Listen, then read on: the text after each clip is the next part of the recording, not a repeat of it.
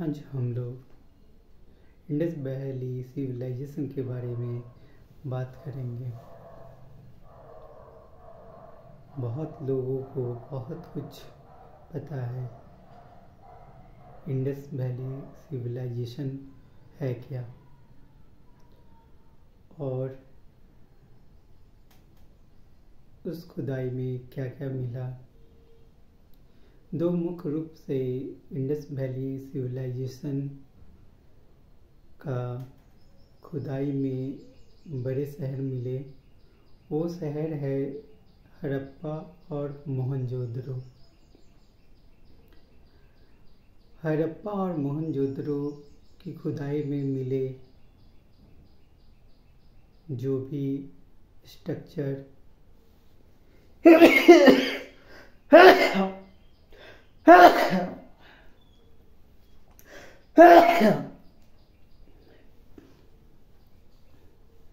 खुदाई में मिले स्ट्रक्चर हो या सील हो,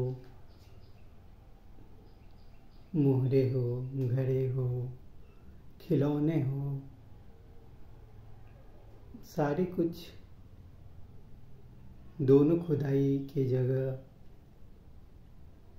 से मिले चीज़ों से मिलते जुलते हैं।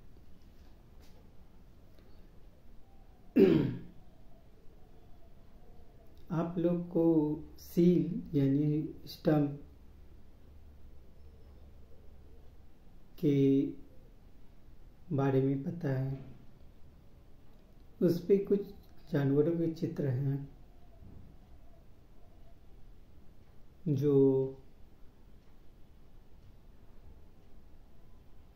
बहुत ही अच्छे हैं और उस पे कुछ लिपि में लिखे हुए हैं। वो कौन सा लिपि है या कोई इशारा है, क्या है, ये अभी तक हम लोगों को पता नहीं चला है। सबसे बड़ी बात कि कोई इसे पढ़ नहीं सका है, क्या लिखा है क्या नहीं लिखा है। तो बहुत लोग बोलते हैं कि ये लिपि एक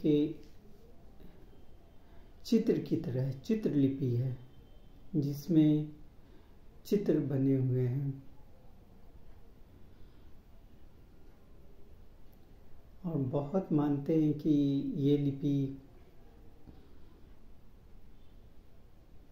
कुछ शब्द हैं। बहुत मानते हैं कि ये लिपि चित्रलिपि और जो ध्वनि लिपि है, ध्वनि लिपि हम उन्हें कहते हैं जैसे अ आ ई ई इस तरह के जो शब्द ध्वनि से निकले हुए जो अल्फ़ाबेट हैं, अक्षर हैं, उसे मानते हैं। लेकिन मुख्य रूप से इसका कोई सही अनुमान नहीं है। कोई कहते हैं कि ये प्राकलिपि या जो आप ब्राह्मी लिपि कहिए, प्राकलिपि, ब्राह्मी लिपि, बाद में धम्म लिपि मानते हैं। ये उसके पूर्व रूप है, पहले के रूप है।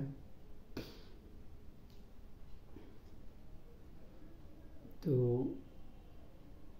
अभी तक लिपि की भी सही से पहचान नहीं हो पाई है, तो इसे पढ़ना बहुत दूर की बात है।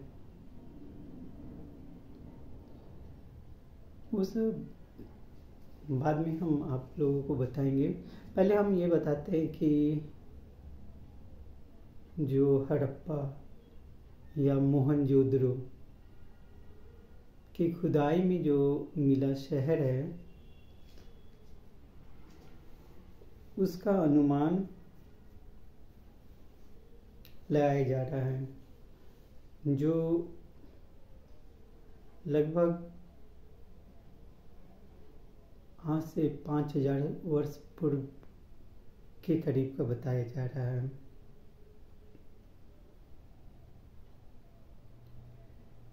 या ये कहिए कि ईसा पूर्व 3000 से लेके 1500 ईसा पूर्व के बीच का ये सप्ताह को 1500 के बाद ये सप्ताह धीरे धीरे खत्म होने लगी। बहुतों का मानना है कि जो 2 भागों में इसको बनाया गया था, एक ऊपर के भाग और एक नीचे के भाग।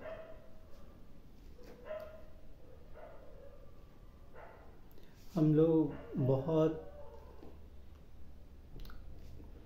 कुछ जो खुदाई में प्राप्त चीज़ें हैं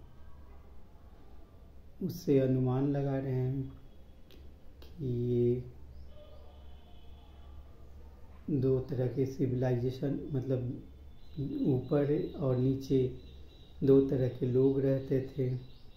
ऊपर में राजा की तरह या कुछ उस तरह की चीज हुआ करते थे, और नीचे में छोटे मोटे लोग रहा करते थे।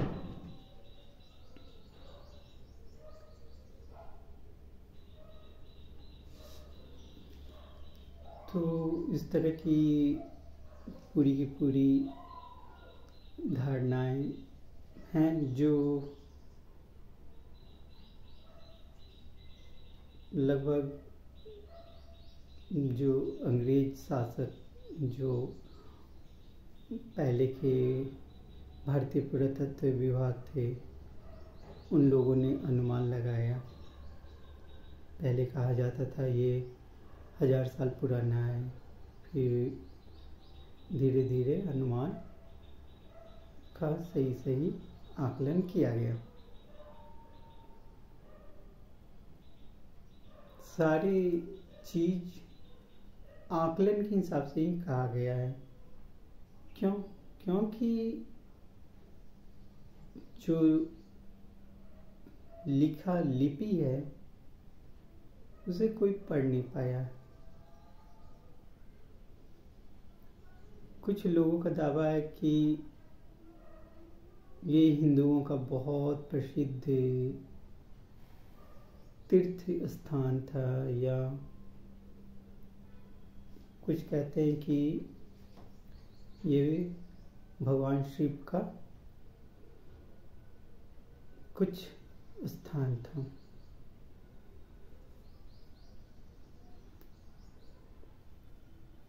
अभी तक सब अंदाजा ही लगा रहे हैं। अंदाजा इसलिए लगा रहे हैं क्योंकि मुख्यतः लिपि को कोई पढ़ नहीं पाया है, और जो लिपि भी मिली है वो छोटे छोटे शब्दों में घरों पे या किसी के दीवारों पे इस तरह के चीज़ों पे भी मिले हैं, जो एक ग्रंथ वगैरह इस तरह के चीज़ों में नहीं मिले हैं। तो अभी भी बहुत बड़ा समस्या और चैलेंज है कि अगर कोई लिपि को पढ़ ले तो बहुत कुछ सही जानकारी प्राप्त होगी। इस क्रम में तमिलनाडु के मुख्यमंत्री ने भी प्रोत्साहन के लिए लगभग 10 करोड़ का इनाम रखा है। उन्होंने कहा कि जो कोई भी इस लिपि को अकेले या मिल के पढ़ लेगा उसे 10 करोड़ का इनाम दिया जाएगा। इनाम के रकम से पहले भी बहुत लोगों ने इसका प्रयास किया, और लिपि तो नहीं पढ़ पाए, लेकिन करीब करीब ये समझने की कोशिश की कि ये चीज़ होगा क्या। जिस तरह के लिपि के ऊपर लिखा हुआ है या जानवरों का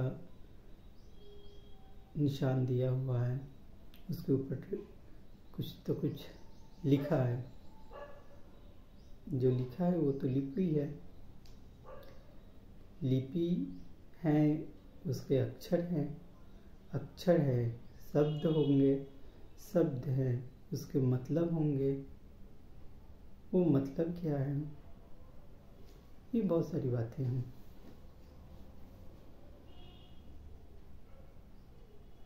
तो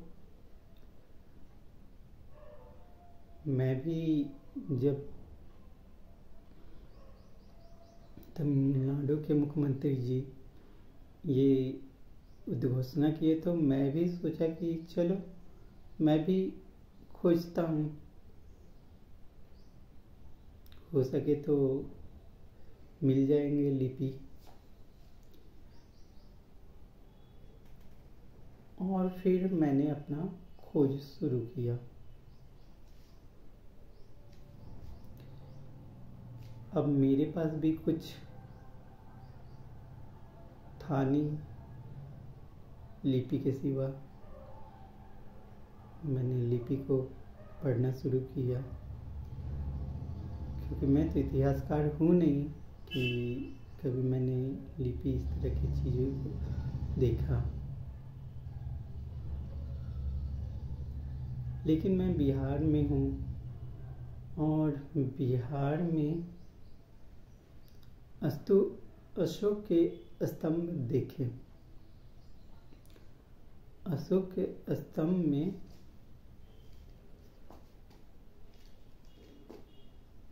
जो लिपि लिखी है वो बहुत कुछ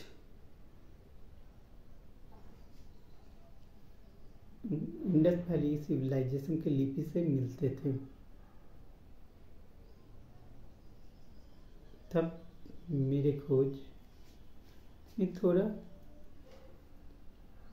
ये आया, गति आया, और फिर मैंने ब्राह्मी लिपि पढ़ना शुरू किया। ब्राह्मी लिपि मैंने पढ़ना शुरू किया तो बहुत सारे जो लिपि थे उनको इकट्ठा करके अलग अलग करके मैंने जो भी अक्षर हैं उनको समझने की कोशिश की। अक्षर में स्वर व्यंजन, स्वर और व्यंजन आते हैं। स्वर में आ ई मैंने उन्हें पढ़ा। व्यंजन में क ख ग से लेके य र ल व यहाँ तक मैंने पढ़ा। अब मुझे ये तो पता चल गया कि अक्षर कौन से हैं।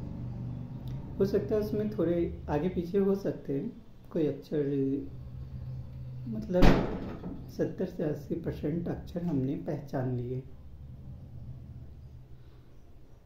अक्षर तो पहचान लिए, अब ये अक्षर के शब्द कौन से शब्द हैं, क्योंकि अभी जो हम लोग हिंदी लिखते हैं या कोई भी भाषा लिखते हैं तो उसमें दो शब्दों के बीच में छोड़ के लिखते हैं। तो ये पहले इस तरह की पद्धति नहीं थी।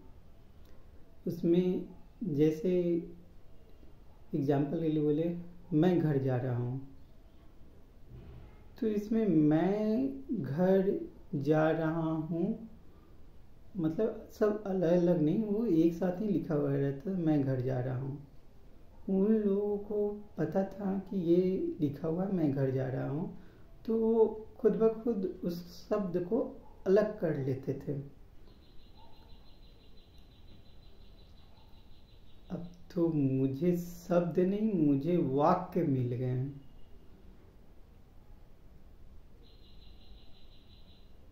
मैंने पहले अक्षर खोजे, उसके बाद मुझे शब्द खोजने थे, उसके बाद वाक्य, लेकिन मुझे शब्द नहीं मिले, मुझे वाक्य मिल गए।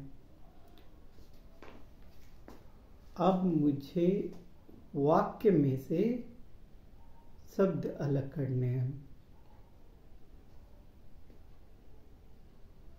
हम बहुत लोग बोलेंगे कि भाषा पता चलेगा तब ना, तो मुझे भाषा पता चल गया।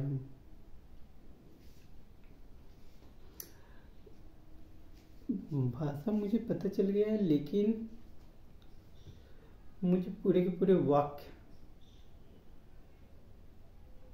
जो है लिपि पे मिल रहे हैं। अब उस वाक्य को शब्द में तोड़ना तोड़ने में कठिनाई हो रही है, लेकिन मैं किसी तरह उस वाक्य को तोड़ रहा हूँ और मुझे 80% मैंने वाक्य को तोड़ लिए हैं और कुछ कुछ शब्द मुझे पता चल रहा है। मैं सैंपल के तौर पे 50-60 ही लिपि, मतलब मोहरे सील जो कहिए, सील पढ़े हैं और उसमें से 80% तक मुझे वाक्य पता चल रहे हैं, क्या लिखे हैं वो पता चल रहा है। अब इन्हीं वाक्यों के संयोग से मैंने पूरा का पूरा जो मोहनजोदड़ो, हड़प्पा, आप ये कहिए भारत में जो नए ये मिले, धोलावीरा या जितने भी मिल रहे हैं, तमिलनाडु में भी बहुत मिले, सब का संबंध एक ही चीज से है। जो मैंने शब्द पढ़े उसमें था एक ही चीज, वो था एक धर्म, और वो धर्म है जैन। जैन धर्म का साफ साफ यहाँ पे उल्लेख है और जो चिन्ह मिल रहे हैं, जो सील मिल रहे हैं, वो पूरे का पूरा जैन धर्म का है। जैन धर्म में 24 पंथ हुआ करते थे, उसमें से हर एक पंथ, हर एक तीर्थंकर का अलग अलग सिंबल होता था। किन्हीं का बैल होता था, किन्हीं का नीलकमल होता था, किन्हीं का कमल होता था, किन्हीं का बाघ या शेर होता था, किन्हीं का बंदर होता था, किन्हीं का नाग होता था, किन्हीं का जंगली बकरी होता था, किन्हीं का भैंसा होता था। ये अलग अलग तीर्थंकर का सिंबल था। तो मुझे ये पता चला कि जितने भी सिंबल थे सब अलग अलग एक ही धर्म को मानने वाले लोगों का समूह था। एग्जाम्पल के लिए हम लोग मान लें हिंदू धर्म। हिंदू क्या है? एक धर्म है, लेकिन उसमें अलग अलग जातियां हैं। कोई राजपूत, कोई ब्राह्मण, इस तरह के। लेकिन उस समय धर्म तो एक था, जैन धर्म, लेकिन उसमें 24-25 तीर्थंकर थे। तो वो लोग आपस में एक अलग अलग थे। जैसे मान लीजिए हिंदू धर्म में अलग अलग जातियां हैं, हिंदू में चमार है, यादव है, राजपूत है, ये है। तो उन लोगों को मैं पहले ये बता दूं कि जो हमने स्क्रिप्ट पढ़ा, मतलब स्क्रिप्ट यानी कि जो हमने लिपि पढ़ा, उस लिपि में ज्ञात होता है कि धोलावीरा हो कि हड़प्पा हो कि मोहनजोदड़ो हो, वो एक मंदिर था, बहुत ही बड़ा जैन मंदिर था। उस मंदिर में बहुत सारे प्रतिदिन लोग पूजा करने जाते थे। अंदाज से बताएं तो लगभग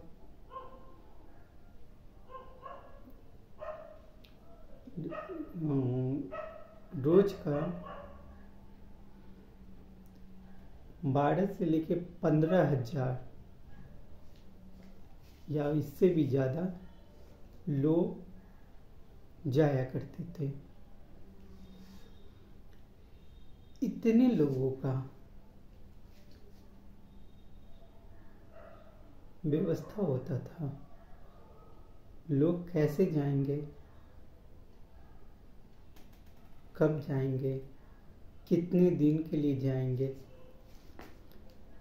और उसमें अलग अलग चीजें, अलग अलग सुविधाएं होती थी। हमने जो अपना अनुभव, जो चीजें से पढ़ा या ये किया, तो ये तो साफ साफ है कि वो एक मंदिर था। पहले मुझे भी लगता था कि हो सकता है ये बुद्ध मंदिर होगा, बुद्ध भगवान का होगा, लेकिन वो बुद्ध मंदिर नहीं था, वो जैन मंदिर है। और जैन मंदिर में अलग अलग तीर्थंकर रहते थे, मतलब अलग अलग पंथ के लोग, जो अलग अलग ये उसको मानने वाले लोग रहते थे। जैसे मैंने पहले बताया 24 पंथ माने हैं और उनके अलग अलग सिंबल होते थे। तो उसमें इतने लोग हुआ करते थे, तो उनकी व्यवस्था के लिए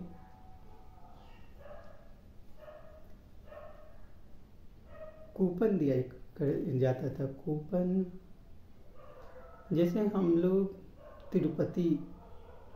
तिरुपति का एक एग्जाम्पल मानते हैं। तिरुपति भी एक शहर जैसा है, जो एक तिरुमला पर्वत पे है व्यवस्था, और एक नीचे। ठीक तिरुपति की तरह वहाँ भी सारे व्यवस्था थे, एक ऊपर और एक नीचे। जैसा कि लोग बताते हैं कि ऊपर राजा रहा करते थे, नीचे ये, ऐसा कुछ नहीं था। बिल्कुल बाकी बातें बेबुनियाद हैं। हमने जो स्क्रिप्ट पढ़ा उसमें यही निकला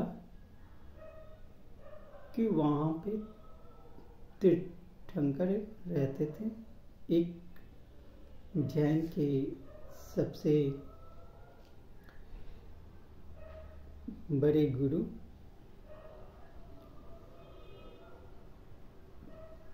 वो रहा करते थे, मतलब उनका बिंब, मतलब उनकी मूर्ति या उनका कोई चीज वहाँ पे रहा करता होगा। तो वहाँ उनके दर्शन के लिए बहुत लोग मैं बता रहा हूँ, मतलब मेरा अनुमान है 15-20 हज़ार लोग, 12-15 या मतलब 20 हज़ार लोग के करीब, 20-30 हज़ार लोग डेली जाया करते थे। और इन लोगों को जाने के लिए व्यवस्थाएं की जाती थी। उसमें अलग अलग पंथी के लोग थे जो अलग अलग इनको मानते थे। धर्म तो एक ही था, लेकिन अलग अलग पंथी के लोग थे। तो उन पंथी को अलग अलग कूपन दिया जाता था मंदिर में दर्शन के लिए, और वो कूपन सील के जरिए दिया जाता था। जहाँ तक मेरा अनुमान है, सिंदूर जैसे लाल रंग, सिंदूर जिससे बनते हैं, या लाल रंग का इस्तेमाल किया जाता था किसी ताड़पत्र पे या कोई चीज पे उसके छाप को देके, और उस कूपन से उनको मैनेजमेंट करने में सहूलियत होती थी। जैसे अलग अलग पंथी के लोगों को अलग अलग तरह के लाइन में लगाया जाता होगा, दर्शन के लिए समय दिया जाता होगा, हर एक का ये है। इसके अलावा ऊपर में मंदिर की व्यवस्था रखने के लिए वैदिक स्कूल हुआ करता था। उस वैदिक स्कूल में, वैदिक स्कूल यानी कि मतलब वेद पुराण, जहाँ केवल मंदिर के लिए, मंदिर की व्यवस्था या मंदिर को चलाने के लिए जो गुरु तैयार होते थे, गुरु की सारी शिक्षा ये करने के लिए वहाँ पे एक विद्यालय हुआ करता था। तो वो विद्यालय वहाँ पे मिला। और दूसरा, एक पवित्र स्नान होता था। कुछ खास नियम करने वालों के लिए वो पवित्र स्नान वहाँ करवाया जाता था। ये मैं इसलिए कह रहा हूँ क्योंकि मुझे वो एक सील पे वो पवित्र स्थान मिला। और मुझे सील पे एक जगह मुझे ये भी मिला कि कुछ लोग दान धर्म भी करते थे। कुछ जगह उस तरह का होर्डिंग या उस तरह का चीज लिखा है वो मिला। उस पे लिखा हुआ था, जिनके पास वस्त्र न हो या जिनको वस्त्र चाहिए, या हो सकता है दुकान हो, वो भी व्यवस्था थी। और जो श्रद्धालु थे, जो काफी लंबे समय से भगवान का इंतजार कर रहे थे, उन लोगों को खिलाने के लिए एक बड़े हॉल की व्यवस्था थी, जहाँ पे इतने सारे श्रद्धालु भोजन करते थे। वो भोजन के लिए वो व्यवस्था वहाँ पे हुआ करती थी।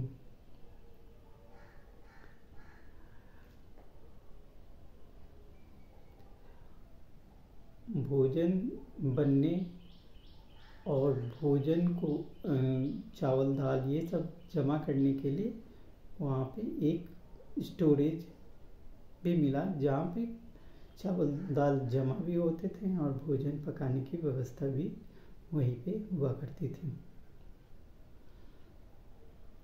जो अभी हम ये करें, कंपेयर करें, तो तिरुपति से काफ़ी कुछ मिलता जुलता चीज प्रतीत होता है। ये सब सारी व्यवस्थाएं थी। अब इतने सारे लोग आए हैं तो रुकेंगे भी, तो दूर से आए लोगों को रुकने की व्यवस्था, ठहरने की व्यवस्था, ठहरने का प्रबंध नीचे किया जाता था। वहाँ पे 4 लोग रुके, 6 लोग रुके, परिवार के साथ रुके, ये सब व्यवस्था नीचे रहती थी। उसके अलावा मंदिर की साफ सफाई से लेके मंदिर के व्यवस्थापक, ये सब सारे लोग नीचे रहा करते थे। ऊपर में मंदिर के रख रखाव, मतलब जो प्रमुख ये थे, लोग थे, वो रहा करते थे। अब इतने सारे लोग आए तो एक मेले की तरह का माहौल हो रहता है। ये माहौल में बहुत सारी चीज़ें मिलती थी पहनने के लिए, गले के हार, जो अभी भी यहाँ आमतौर पे मेले में मिलते हैं।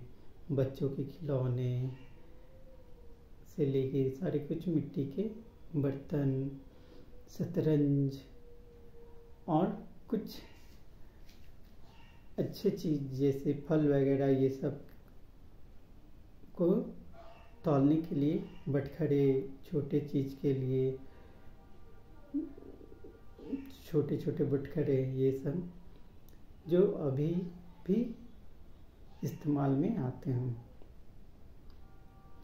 और नीचे में जो पूजा वगैरह होने के बाद श्रद्धालु खा पी के, जिन्हें दूर जाना होता था, वो आराम करके नीचे जाते थे।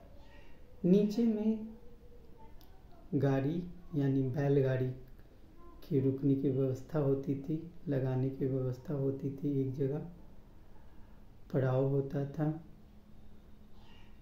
वहाँ पे सारी व्यवस्थाएं होती थी। और नीचे घरों में रसोई पकाने और नहाने, ये सब सारी की व्यवस्थाएं नीचे उन लोगों को मिल जाती थी। सब अपने अपने पूजा वगैरह करके अपने घर जाते थे। और मटके में जो तरल या ये है खाने पीने के जो सामान लाते थे, वो जो बच जाते थे उन्हें ले जाते थे। मटके की काफ़ी सुंदर नक्काशी वगैरह होती थी। काफ़ी वो लोग शौकीन थे, सबको सजा के रखते थे। भेड़ बकरी ये सब भी रखते थे। तो ये जो 2 जगह मिली, हड़प्पा और मोहनजोदड़ो, वो दोनों जगह जैन धर्म के पुराने मंदिर हैं। और इनका कंपेयर हम तिरुपति से कर सकते हैं। तिरुपति में अभी जिस तरह के भीड़ भाड़ होते थे, इसी तरह के सेम उस समय ये हड़प्पा और मोहनजोदड़ो में होते थे। ये काफ़ी दिनों तक चला, 1,500-2 हज़ार साल तक। उसके बाद धीरे धीरे इनका डिक्लाइनेशन होने लगा, मतलब लोग जाने लगे। इनके प्रमुख कारण बताए जा रहे हैं। पहला कारण, यहाँ बहुत बड़ा अकाल पड़ा होगा, जिससे लोग यहाँ आना धीरे धीरे कम कर दिया। दूसरा कारण है यहाँ पे भूकंप आना। तो भूकंप तो हो सकता है बाद में भी आए, लोगों को जाने के बाद भी में आए। अगर भूकंप आते तो लोग फिर से चीज़ों को बना लेते हैं। जैसे गुजरात में भूकंप आए थे तो पत्थरों के घर गिर गए थे, तो फिर से उन्हें बनाया। लेकिन मुझे जहाँ तक अधिकतर आशंका है कि मौसम के बदलाव के कारण, ग्लोबल चेंज के कारण यहाँ पे बहुत बड़े अकाल पड़े, जो 200-300 साल, 400 साल, 500 साल तक धीरे धीरे करके सारे लोग यहाँ से चलते गए और अंत में ये जो मंदिर है पूरी तरह से बंद हो गए। धन्यवाद आप लोगों को ये पूरा सुनने के लिए।